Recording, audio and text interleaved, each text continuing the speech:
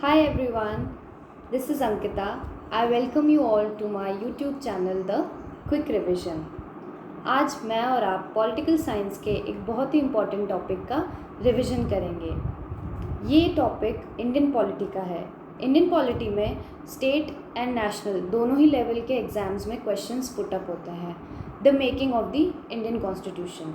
The making of the Indian constitution को पढ़ने के लिए हमें उसके हिस्टोरिकल बैकग्राउंड्स के चार्टर एक्ट्स के ईयर्स का रिवीजन करना है। तो चलिए बिना किसी देरी के स्टार्ट करते हैं आज का quick revision.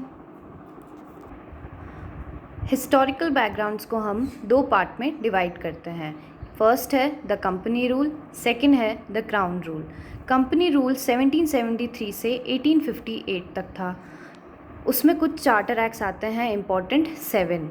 First one is regulating act of 1773, second is amending act of 1781 जिसे हम एक्ट ऑफ सेटलमेंट भी कहते हैं। थर्ड है Pitt's India act of 1784, fourth charter act of 1793, fifth charter act of 1813, sixth charter act of 1833, seventh charter act of 1853। फिर हम पढ़ते हैं the crown rule.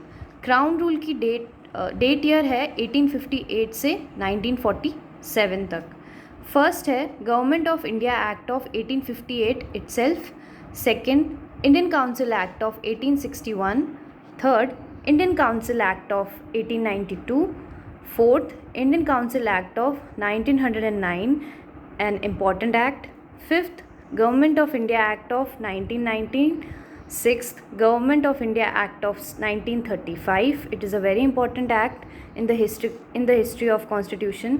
Seventh Indian independence act of 1947, the last one. I hope ये video आपके लिए revision में helpful रहेगी। इस टॉपिक में से मेनली क्रोनोलॉजिकल ऑर्डर्स में क्वेश्चंस पुट अप होते हैं।